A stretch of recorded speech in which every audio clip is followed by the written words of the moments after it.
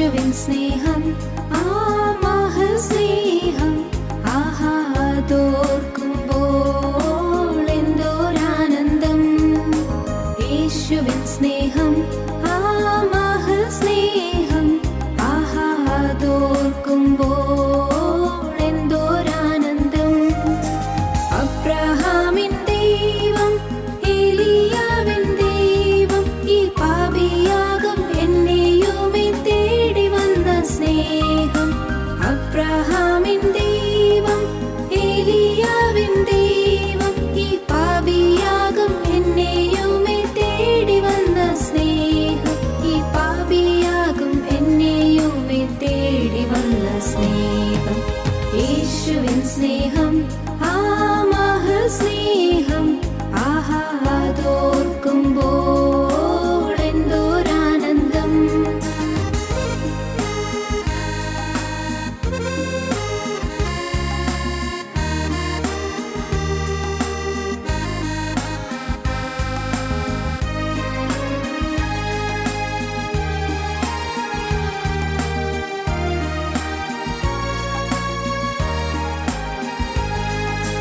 ഗോൽഗോഥാവിൻ മുകളിൽ സർവ്വലോക പാപ പരിഹാരമായി തൂങ്ങി മരിച്ചുയർത്തോരു സ്നേഹം.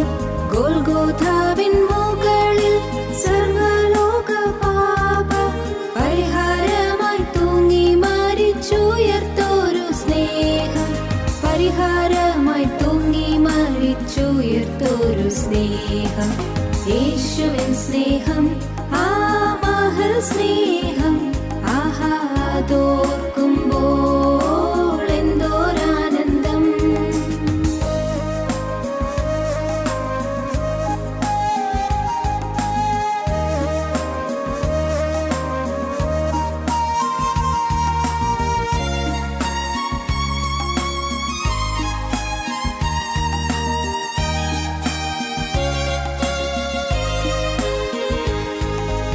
മശിഹയായി വന്നു മരണത്തെ ജയിച്ചു മനുഷ്യരെ മുറ്റും മാറ്റും ആ മഹസ്നേഹം.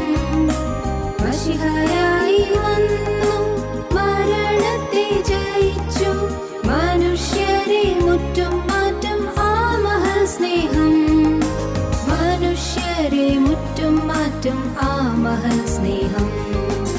യേശുവിൻ സ്നേഹം ആ മഹസ്നേഹം ആഹാദോർക്കുമ്പോൾ എന്തോരാനന്ദം. യേശുവിൻ സ്നേഹം ആ മഹസ്നേഹം ആഹാദോർക്കുമ്പോൾ എന്തോരാനന്ദം. ഞങ്ങളും ക്രൂശിക്കപ്പെട്ട ക്രിസ്തുവിനെ പ്രസംഗിക്കുന്നു. ദൈവ തിരുനാമത്തിന് മഹത്വം ഉണ്ടാകട്ടെ. യാക്കോബിൻ ലേഖനം 5-ാം അധ്യായം 19-20 വാക്യങ്ങൾ നമുക്ക് വായിച്ചു കേൾക്കാം. സഹോദരന്മാരെ, നിങ്ങളിൽ ഒരുവൻ സത്യം വിട്ട് തെറ്റിപ്പോകുകയും അവനെ ഒരുവൻ തിരിച്ചു വരുത്തുകയും ചെയ്താൽ പാപിയെ നേർവഴിക്കാക്കുന്നവൻ അവൻ്റെ പ്രാണനെ മരണത്തിൽ നിന്ന് രക്ഷിക്കുകയും പാപങ്ങളുടെ ബഹുത്വം മറയ്ക്കുകയും ചെയ്യുമെന്ന് അവൻ അറിഞ്ഞുകൊള്ളട്ടെ. ദൈവത്തിന് സ്തോത്രം. യഥാസ്ഥാനപ്പെടുത്തുന്ന ശുശ്രൂഷ. തെറ്റിപ്പോയിടത്ത് നിന്ന്, തെറ്റിപ്പോയ സ്ഥാനത്ത് നിന്ന് അകന്നു പോയെങ്കിൽ പോലും ദൈവത്തിൻ്റെ കൃപയാൽ ആ സ്ഥാനത്തേക്ക് തിരിച്ച് കൊണ്ടുവരുന്ന അവസ്ഥ, അതാണ് ശുശ്രൂഷ. യഥാസ്ഥാനപ്പെടുത്തുന്ന ശുശ്രൂഷ. സ്ഥാനം തെറ്റിപ്പോയാൽ ശരിയായ സ്ഥാനത്തേക്ക് മടക്കിക്കൊണ്ടുവരുന്നതായ ശുശ്രൂഷ. സഹോദരന്മാരെ, നിങ്ങളിൽ ഒരുവൻ സത്യമായിട്ട് തെറ്റിപ്പോവുകയും അവനെ ഒരുവൻ തിരിച്ചു വരുത്തുകയും ചെയ്താൽ പാപിയെ നേർവഴിക്കാക്കുന്നവൻ അവൻ്റെ പ്രാണനെ മരണത്തിൽ നിന്ന് രക്ഷിക്കുകയും പാപങ്ങളുടെ ബഹുത്വം മറയ്ക്കുകയും ചെയ്യും എന്ന് അവൻ അറിഞ്ഞുകൊള്ളട്ടെ. തെറ്റിപ്പോയ ഒരാളെ ദൈവസ്നേഹം പിന്തുടരുന്നു. വഴിതെറ്റിപ്പോയ ഒരാളെ കർത്താവിൻ്റെ സ്നേഹം അനുഗമിക്കുന്നു. വഴിതെറ്റിപ്പോയ ഒരാളെ തിരിച്ചു വരുത്തുവാൻ കർത്താവിൻ്റെ സ്നേഹം അധ്വാനിക്കുന്നു. ദൈവത്തിന് സ്തോത്രം. മനുഷ്യനെ തേടുന്നതായ ദൈവത്തിൻ്റെ സ്നേഹം. വേദപുസ്തകത്തിലെ ആദ്യത്തെ ചോദ്യം നീ എവിടെ എന്നുള്ളതാണ്. നീ എവിടെ എന്നാണ് ആദ്യത്തെ ചോദ്യം. നീ എവിടെ പോയി എന്നാണ്. പുതിയ നിയമത്തിലെ ആദ്യത്തെ ചോദ്യം യഹൂദന്മാർ രാജാവായി പിറന്നവൻ എവിടെ എന്നാണ്. ഈ വാക്യങ്ങൾക്ക് തമ്മിൽ വലിയ ബന്ധമുണ്ട്. ഒന്ന്, ദൈവം മനുഷ്യനെ അന്വേഷിക്കുന്നു. രണ്ട്, മനുഷ്യൻ ദൈവത്തെ അന്വേഷിക്കുന്നു. ദൈവം മനുഷ്യനെ അന്വേഷിക്കുന്നു, നീ എവിടെയെന്ന് ചോദിച്ചുകൊണ്ട് വേദനയോടെ ഏദൻ തോട്ടത്തിലെ തരുനിരകളുടെ ഇടയിൽ കൂടി നടക്കുന്ന നിത്യനായ ദൈവം, മനുഷ്യൻ്റെ സംസർഗവും അവൻ്റെ കൂട്ടായ്മയും ആഗ്രഹിക്കുന്ന ദൈവം, മനുഷ്യനോട് വാസം ചെയ്യുവാനും മനുഷ്യനോട് സഞ്ചരിക്കുവാനും ആഗ്രഹിക്കുന്ന ദൈവം, ദൈവത്തിൻ്റെ അനന്തമായ സ്നേഹമാണ് നാം ആ ചോദ്യത്തിൽ കാണുന്നത്. നീ എവിടെയെന്ന ചോദ്യം. മനുഷ്യൻ തെറ്റിപ്പോയിരുന്നു, മനുഷ്യൻ വീണു പോയിരുന്നു. കർത്താവിനറിയാം മനുഷ്യൻ വീണുപോയി എന്ന്. അവൻ എവിടെയാണെന്നും കർത്താവിനറിയാം. പക്ഷേ അവൻ എവിടെയാണെന്ന് അവൻ തന്നെ അറിയേണ്ടിയിരിക്കുന്നു. നീ എവിടെ? അങ്ങനെ നീ എവിടെയാണ്? ആദാമേ നീ എവിടെയാണ്? വേദപുസ്തകത്തിൽ ആ ചോദ്യം ഉൽപ്പത്തി പുസ്തകം 3-ാം അധ്യായത്തിലാണ് കാണുന്നത്. അവിടെ ആദാമേ നീ എവിടെയെന്നില്ല, മനുഷ്യ നീ എവിടെയെന്നില്ല, നീ എവിടെയെന്ന് ദൈവം ചോദിച്ചു. നീ എവിടെ? ആദാം ദൈവത്തിൻ്റെ കാലൊച്ച കേട്ട് തരുനിരകളുടെ ഇടയിൽ മറഞ്ഞിരിക്കുകയായിരുന്നു, ഒളിച്ചിരിക്കുകയായിരുന്നു. ആദാമിന് ലജ്ജ തോന്നിയിരുന്നു. പാപം ചെയ്താൽ ലജ്ജ വരും. പാപം ചെയ്താൽ ദൈവസന്നിധിയിൽ ചെല്ലുവാൻ പ്രയാസമാണ്. ദൈവസന്നിധിയിൽ ചെല്ലുവാനുള്ള പ്രാഗൽഭ്യം നഷ്ടപ്പെടും. പാപം ചെയ്താൽ ദൈവമക്കളുടെ മുഖത്ത് നോക്കുമ്പോൾ പോലും നോക്കാൻ പ്രയാസമുണ്ട്. ദൈവമക്കളുടെ കൂട്ടായ്മയിൽ വരാൻ മനസ്സ് മടിക്കും. പാപം ചെയ്താൽ ദൈവത്തിൻ്റെ സന്നിധിയിൽ വന്ന് മുട്ടുമടക്കാൻ പോലും മനസ്സ് തയ്യാറാവുകയില്ല. എന്നാൽ മനുഷ്യൻ ഭയന്നും ലജ്ജിച്ചും അവൻ മാറി നിൽക്കുകയാണ്. നീ എവിടെ എന്ന് ദൈവം ചോദിച്ചു. ഞാൻ മരങ്ങളുടെ ഇടയിൽ ഒളിച്ചിരിക്കുന്നു, ഞാൻ നിന്നെ ഭയപ്പെട്ടു പോയി. ദൈവത്തെ ഭയപ്പെടുന്ന മനുഷ്യൻ ദൈവത്തെ ഭയപ്പെടുകയല്ല വേണ്ടത്, ദൈവത്തെ സ്നേഹിക്കുകയാണ് വേണ്ടത്. ദൈവത്തെ സ്നേഹിക്കണം, ദൈവത്തെ ഭയപ്പെടണ്ട. ദൈവം സ്നേഹനിധിയാണ്. സ്നേഹനിധിയായ ദൈവത്തെ സ്നേഹിക്കാൻ നമുക്ക് സാധിക്കണം. അതാണ് ക്രിസ്തീയ ജീവിതം. ദൈവത്തെ സ്നേഹിക്കണം. നീ എവിടെയെന്ന് ചോദിച്ചുകൊണ്ട് വേദനയോടെ ദാഹത്തോടെ ഏദൻ തോട്ടത്തിലൂടെ നടക്കുന്ന നിത്യനായ ദൈവത്തിൻ്റെ കാലൊച്ച ഇന്നും വാസ്തവത്തിൽ നാം ഓരോരുത്തരും ആ കാലൊച്ച കേൾക്കേണ്ടതാണ്. നീ എവിടെയാണ് മകനെ നീ ഒളിച്ചിരിക്കുന്നത്? മകളെ നീ എവിടെയാണ് മറിഞ്ഞിരിക്കുന്നത്? സക്കായി മറിഞ്ഞിരുന്നു, ഒളിച്ചിരുന്നു. കർത്താവ് സക്കായിയെ വിളിച്ചു. സക്കായിയെ വേഗം ഇറങ്ങി വാ എന്ന് പറഞ്ഞു. മരത്തിൻ്റെ ചില്ലകളുടെ മറവിൽ, ആ ഇലച്ചില്ലുകളുടെ മറവിൽ സക്കായി ഒളിച്ചിരിക്കുകയായിരുന്നു. കർത്താവ് അവിടെ വന്ന് നിന്നു, മുകളിലേക്ക് നോക്കി. കർത്താവ് സക്കായിയെ വിളിച്ചു. സക്കായിയെ വേഗം ഇറങ്ങി വാ എന്ന് പറഞ്ഞു. ഒളിച്ചിരിക്കുന്നവൻ വെളിച്ചത്ത് വരുത്തുന്നതിനാണ് ദൈവത്തിൻ്റെ സ്നേഹം. മറഞ്ഞിരിക്കുന്നതിനെ മറനീക്കി പുറത്ത് കൊണ്ടുവരുന്നതാണ് ദൈവത്തിൻ്റെ സ്നേഹം. അകന്നു പോയവനെ അടുപ്പിക്കുന്നതാണ് ദൈവത്തിൻ്റെ സ്നേഹം. ദൈവത്തിന് സ്തോത്രം. നാം ഒന്ന് ചിന്തിക്കൂ, നാം ദൈവസന്നിധിയിലേക്ക് ചെല്ലുവാനുള്ള പ്രാഗൽഭ്യം നഷ്ടപ്പെട്ടിരിക്കുകയാണോ? ദൈവസന്നിധിയിൽ അടുത്തു വരുവാൻ, കർത്താവിൻ്റെ കൃപാസനത്തിൻ്റെ അരികിലേക്ക് അടുത്ത് ചെല്ലുവാൻ സാധിക്കാത്ത വിധത്തിൽ ഏതെങ്കിലും കാര്യങ്ങൾ നമ്മെ തടുക്കുന്നുണ്ടോ? മനസ്സിനെ അലട്ടുന്ന ഏതെങ്കിലും പ്രശ്നങ്ങളുണ്ടോ? നമുക്ക് ദൈവസന്നിധിയിലേക്ക് ചെല്ലുന്നതിന് തടസ്സമായ ഏതെങ്കിലും പാപങ്ങൾ നമ്മെ അലട്ടുന്നുണ്ടോ? നാം ചിന്തിച്ച് നോക്കിയാൽ കാണാം, പല പല തെറ്റുകൾ നമ്മുടെ ജീവിതത്തിൽ സംഭവിച്ചു പോയി. പ്രാഗൽഭ്യം നഷ്ടപ്പെട്ടു പോയി. ദൈവസന്നിധിയിലേക്ക് ചെല്ലുവാനുള്ള ധൈര്യം നഷ്ടപ്പെട്ടു പോയി. ഇബ്രാഹിം ലേഖന കർത്താവ് പറയും, നമുക്കുള്ള മഹാപുരോഹിതൻ നമ്മുടെ ബലഹീനതകളിൽ സഹതാപം കാണിപ്പാൻ കഴിയാത്തവനല്ല. പാപമൊഴികെ സർവ്വത്തിലും നമുക്ക് തുല്യമായി പരീക്ഷിക്കപ്പെടാനത്രയും നമുക്കുള്ളത്. പാപമൊഴികെ സകലത്തിലും നമുക്ക് തുല്യമായി പരീക്ഷിക്കപ്പെടാനത്രയും നമുക്കുള്ളത്. അതുകൊണ്ട് കരുണ ലഭിപ്പാനും തത്സമയത്ത് സഹായത്തിനുള്ള കൃപ പ്രാപിപ്പാനുമായി നാം ധൈര്യത്തോടെ കൃപാസനത്തിനടുത്ത് ചെല്ലുക. തത്സമയത്ത് സഹായത്തിനുള്ള കൃപ പ്രാപിപ്പാനായി നാം ധൈര്യത്തോടെ കൃപാസനത്തിനടുത്ത് ചെല്ലുക. ദൈവത്തിന് സ്തോത്രം. ദൈവസ്നേഹം മനുഷ്യനെ അന്വേഷിച്ചുകൊണ്ടിരിക്കുന്നു. ദൈവസ്നേഹം മനുഷ്യനെ വിളിച്ചുകൊണ്ടിരിക്കുന്നു. അകന്നുപോയ മനുഷ്യനെ അടുപ്പിക്കാൻ ദൈവസ്നേഹം അധ്വാനിച്ചുകൊണ്ടിരിക്കുന്നു. ദൈവത്തിന് സ്തോത്രം. അതുകൊണ്ട് ഇനി മനുഷ്യൻ ചെയ്യേണ്ടത് എന്താണ്? യഹൂദന്മാരുടെ രാജാവായി പിറന്നവനോട് ദൈവത്തെ അന്വേഷിക്കണം. ദൈവസ്നേഹം മനുഷ്യനെ അന്വേഷിക്കുന്നു, മനുഷ്യൻ ദൈവത്തെ അന്വേഷിക്കണം. യഹൂദന്മാരുടെ രാജാവായി പിറന്നവനെവിടെ? ദൈവത്തിന് സ്തോത്രം. പ്രിയപ്പെട്ടവരെ. ഇത് രണ്ടും നമുക്ക് ഒരുമിച്ച് കാണാം 42-ാം സങ്കീർത്തനത്തിൽ. നിൻ്റെ നീർച്ചാട്ടങ്ങളുടെ ഇരച്ചിലാൽ ആഴിയെ വിളിക്കുന്നു. നിൻ്റെ നീർച്ചാട്ടങ്ങളുടെ ഇരച്ചിലാൽ ആഴം ആഴത്തെ വിളിക്കുന്നു. ആഴിയെ വിളിക്കുന്നു എന്ന തർജ്ജമ ആഴം ആഴത്തെ വിളിക്കുന്നു എന്നാണ് തർജ്ജമ ചെയ്യേണ്ടത്. ദ ഡീപ്പ് കോളത്ത് ദ ഡീപ്പ്, ആഴം ആഴത്തെ വിളിക്കുന്നു. നിന്റെ നീർച്ചാട്ടങ്ങളുടെ ഇരച്ചിലാൽ ആഴം ആഴത്തെ വിളിക്കുന്നു. എന്താണ് ഈ പറഞ്ഞതിൻ്റെ അർത്ഥം? ദൈവസ്നേഹത്തിൻ്റെ ആഴം മനുഷ്യസ്നേഹത്തിൻ്റെ ആഴത്തെ വിളിക്കുന്നു. ദൈവം മനുഷ്യനെ വിളിക്കുന്നു. നിന്റെ നീർച്ചാട്ടങ്ങളുടെ ഇരച്ചിലാൽ. ഏതാണ് നീർച്ചാട്ടം? വെള്ളത്തിൻ്റെ പെരുപ്പം, വെള്ളച്ചാട്ടം, നീർച്ചാട്ടങ്ങൾ. വെള്ളച്ചാട്ടം ഏതാണ്? വെള്ളം. അത് ജീവജലമാണ്. ജീവനുള്ള ക്രിസ്തുവിൻ്റെ വചനമാകുന്ന ജീവജലം നമ്മുടെ മേൽ തളിച്ചുകൊണ്ട് വചനത്താൽ നമ്മെ ക്ഷണിച്ചുകൊണ്ടിരിക്കുന്നു, നമ്മെ വിളിച്ചുകൊണ്ടിരിക്കുന്നു. ദൈവസ്നേഹത്തിൻ്റെ ആഴം നമ്മെ വിളിച്ചുകൊണ്ടിരിക്കുന്നു. നിൻ്റെ നീർച്ചാട്ടങ്ങളുടെ ഇരച്ചാൽ ആഴം ആഴത്തെ വിളിക്കുന്നു. ദൈവസ്നേഹത്തിൻ്റെ ആഴം മനുഷ്യസ്നേഹത്തിൻ്റെ ആഴത്തെ വിളിക്കുന്നു.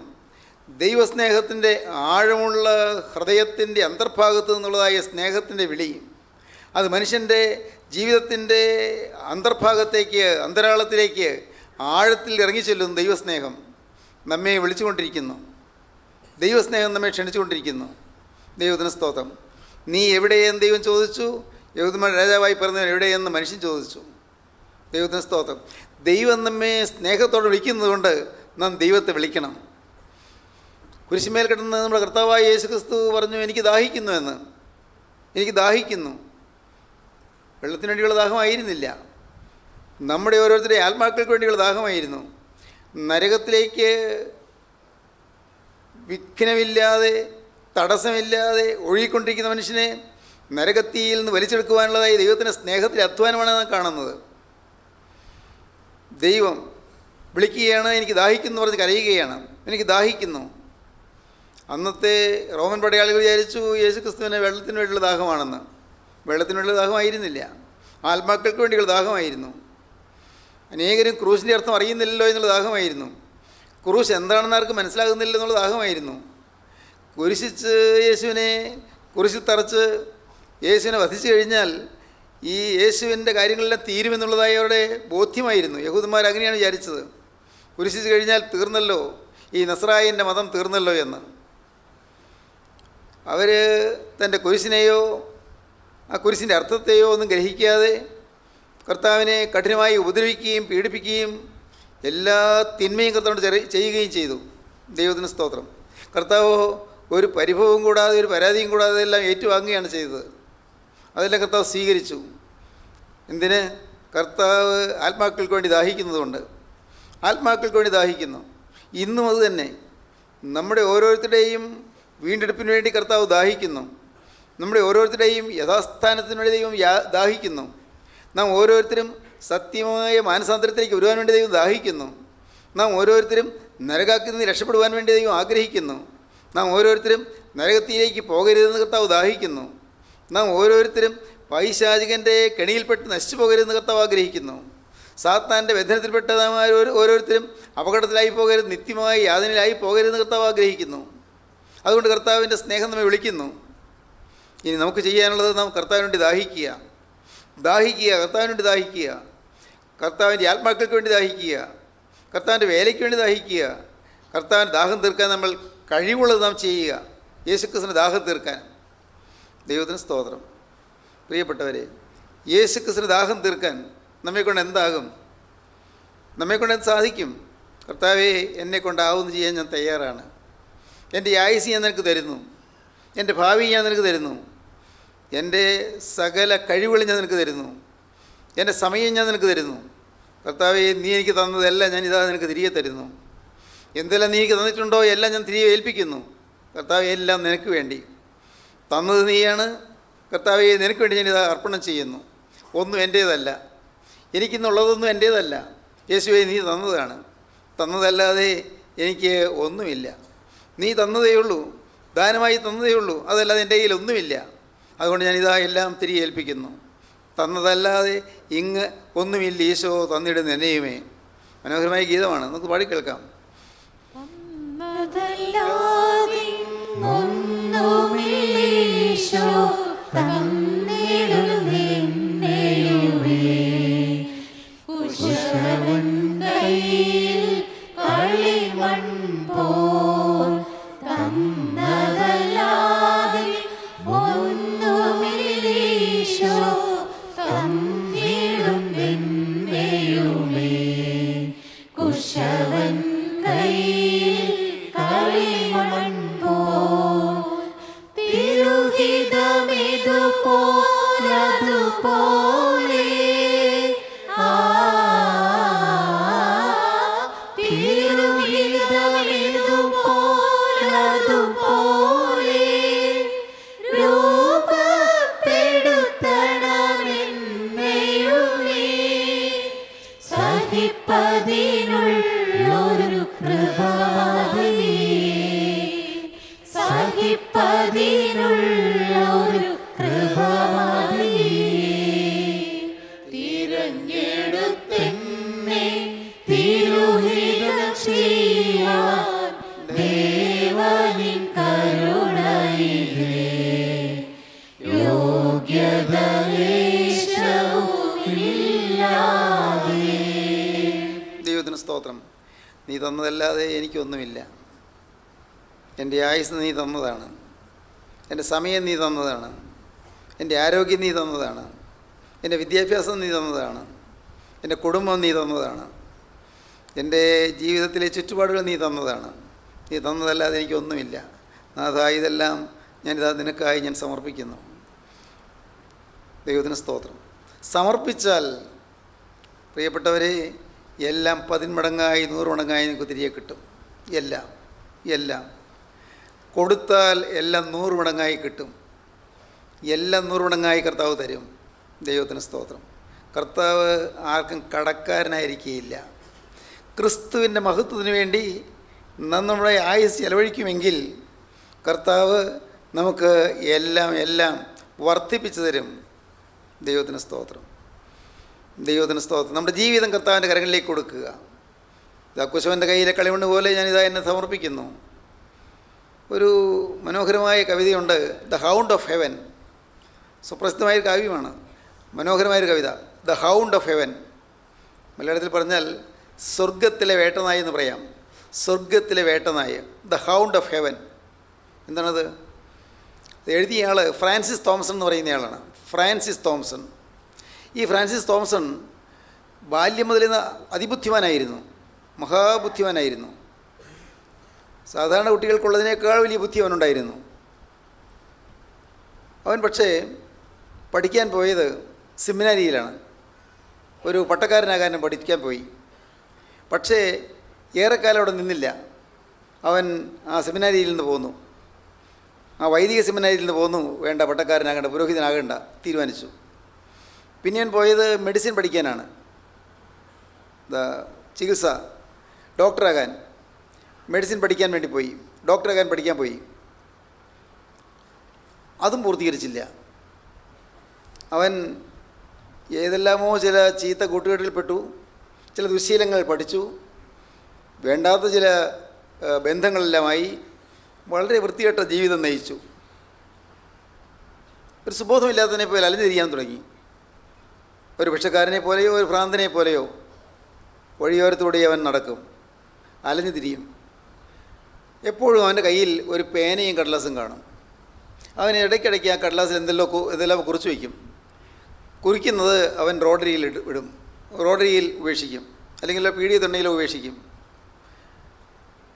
അവൻ എന്താണ് എഴുതുന്ന ആരും ശ്രദ്ധിക്കാറില്ല, ആരും ഗൗനിക്കാറില്ല. ഏതോ ഒരു ഭ്രാന്തനെ പോലെ നടക്കുന്ന മനുഷ്യൻ എന്തെല്ലാമോ കുറിച്ച് വയ്ക്കുന്നു, സുബോധമില്ലാത്തതുകൊണ്ടായിരിക്കും എന്ന് വിചാരിച്ചു. ആളുകൾ അത്രയും വിചാരിച്ചുള്ളൂ. ഫ്രാൻസിസ് തോംസൺ ഇങ്ങനെ കുറിച്ച് വെച്ച ചില കടലാസുകൾ അവൻ രാത്രി കിടന്നുറങ്ങിയ ഒരു കടയുടെ വരാന്തയിൽ നിന്ന് ഒരാൾക്ക് കിട്ടി. ആളുടെ പേര് ഡേവിഡ് മെയ്നൽ എന്നാണ്. ഡേവിഡ് മെയ്നൽ. ഈ മെയ്നൽ ഈ കിട്ടിയ കടലാസ് നോക്കിയപ്പോൾ അതിന് മനസ്സിലായി, ഈ കടലാസ് സുന്ദരമായ കവിതയാണ് അതിൽ എഴുതിയിരിക്കുന്നത്. വളരെ മനോഹരമായ കവിതയാണ്, വളരെ കാവ്യ മാധുര്യമുള്ള സുന്ദരമായൊരു കാവ്യശില്പമാണത്. അദ്ദേഹത്തിന് വലിയ അത്ഭുതം തോന്നി. അന്വേഷിച്ചു ആരാണിത് എഴുതിയത്. അന്വേഷിച്ച് നടന്നപ്പോൾ ഈ ഫ്രാൻസിസ് തോമസിനെ കണ്ടുകിട്ടി. അവനെ വിളിച്ചുകൊണ്ട് വന്നു. വീട്ടിലേക്ക് വിളിച്ചുകൊണ്ട് പോയി. ഒരു യാചകനെ പോലെ നടന്നവനെ വിളിച്ചുകൊണ്ട് വീട്ടിൽ കൊണ്ടുവന്ന് താമസിപ്പിച്ചു. ഡേവിഡ് മെയിലിനും അദ്ദേഹത്തിൻ്റെ ഭാര്യയും ഈ ചെറുപ്പക്കാരനെ വളരെ വാത്സല്യപൂർവ്വം ശുശ്രൂഷിച്ചു, സ്നേഹത്തോടെ ലാളിച്ച് ശുശ്രൂഷിച്ചു. അവരുടെ സ്നേഹം അവനെ വീർപ്പ് മുട്ടിച്ചു. അവരുടെ സ്നേഹം അവൻ്റെ ഹൃദയത്തിൽ ചില പരിവർത്തനങ്ങൾ ഉണ്ടാക്കി. അവൻ ഏതാനും നാളുകൊണ്ട് അവൻ്റെ സ്വഭാവം മാറി. അവൻ്റെ പ്രാകൃത സ്വഭാവം മാറി, പ്രാകൃത രൂപം മാറി, അവൻ്റെ വികലമായ രൂപം മാറി, വികലമായ ബുദ്ധി മാറി. നല്ല തെളിഞ്ഞ ബുദ്ധിയുള്ളവനായി തീർന്നു, നല്ല ബുദ്ധിശാലിയായി തീർന്നു. അവൻ പിന്നെ ഇരുന്ന് കവിതകൾ എഴുതാൻ തുടങ്ങി. അങ്ങനെ എഴുതിയ ഒരു കവിതയാണ് വിശ്വപ്രസിദ്ധമായ hound of heaven. The hound of heaven, സ്വർഗത്തിൻ്റെ വേട്ടനായ.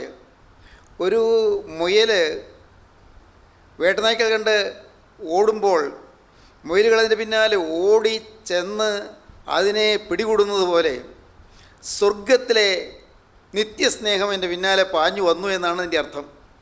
സ്വർഗത്തിൻ്റെ വേട്ടനായ നിത്യനായ കർത്താവായ യേശുക്രിസ്തു എൻ്റെ പിന്നാലെ പാഞ്ഞു വരുന്നു.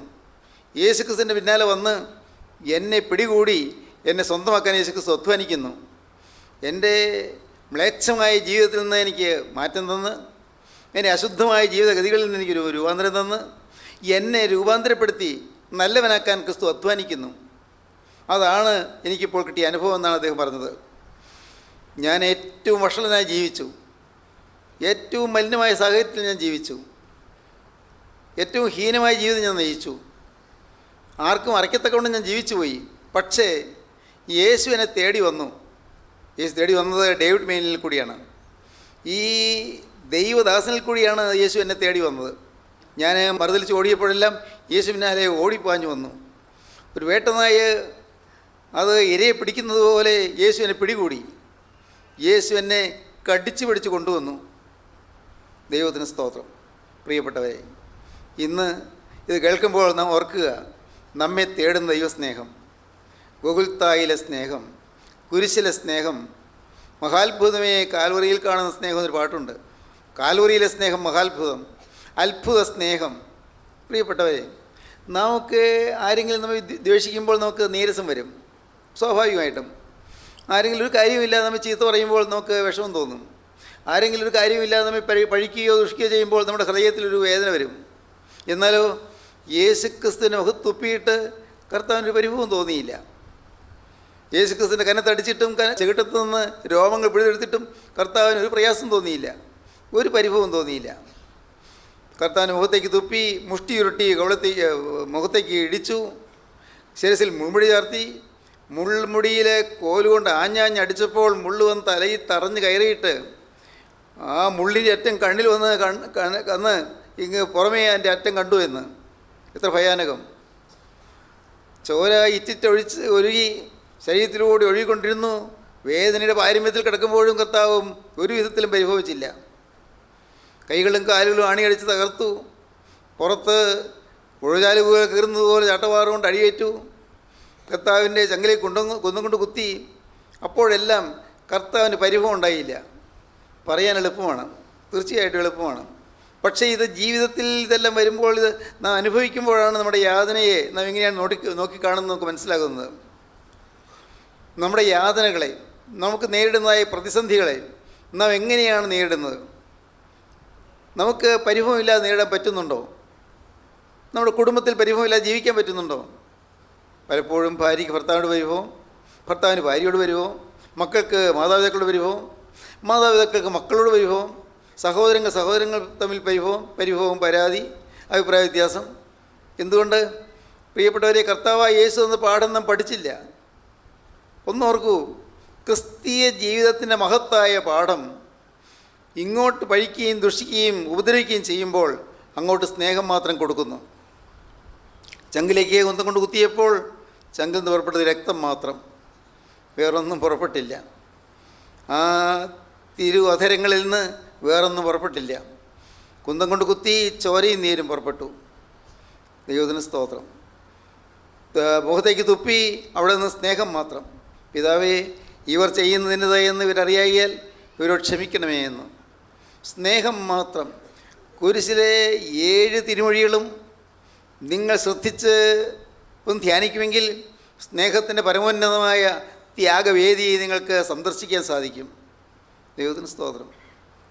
ത്യാഗം, സ്നേഹം. ദൈവത്തിന് സ്തോത്രം. പിന്നെ ഞാൻ ഭയത്തോട് പറയുന്നു, ഇതെല്ലാം പറയാൻ എളുപ്പമാണല്ലോ എന്ന്.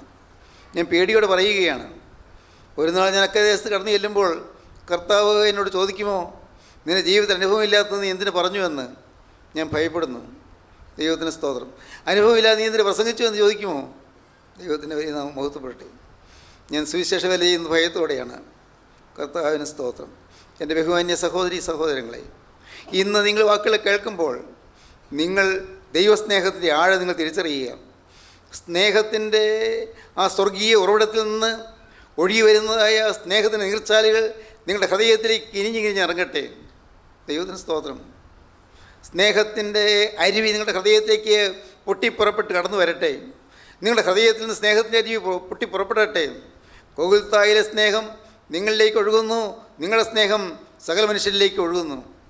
അങ്ങനെയാണ് കർത്താവ് നമ്മെക്കുറിച്ച് ആഗ്രഹിക്കുന്നത്.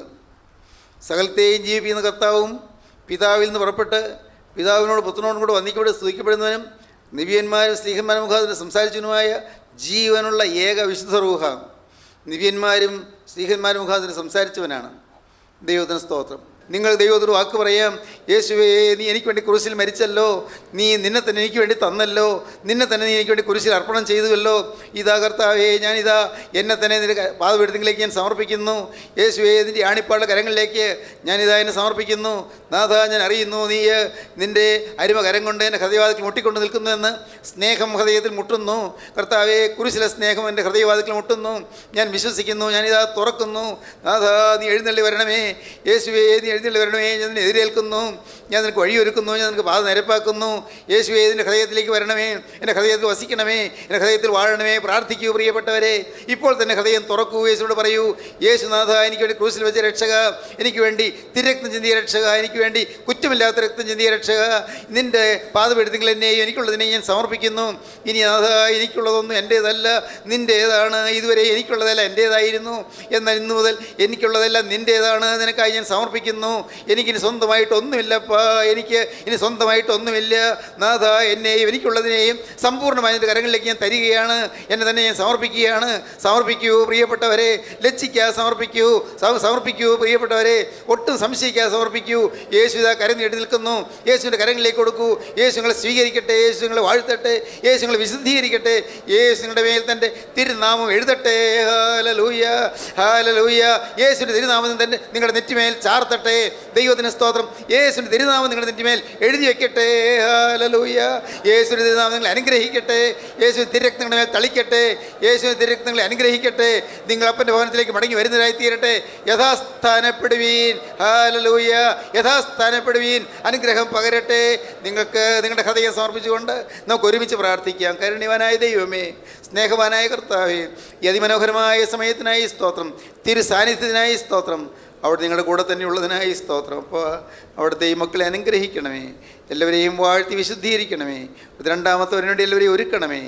യേശു ക്രിസ്തുവിൻ്റെ പരിശുദ്ധമായ നാമത്തിൽ പ്രാർത്ഥിക്കുന്നു. കുറയോടെ കേൾക്കണമേ. ആമീൻ. ഹല്ലേലൂയ.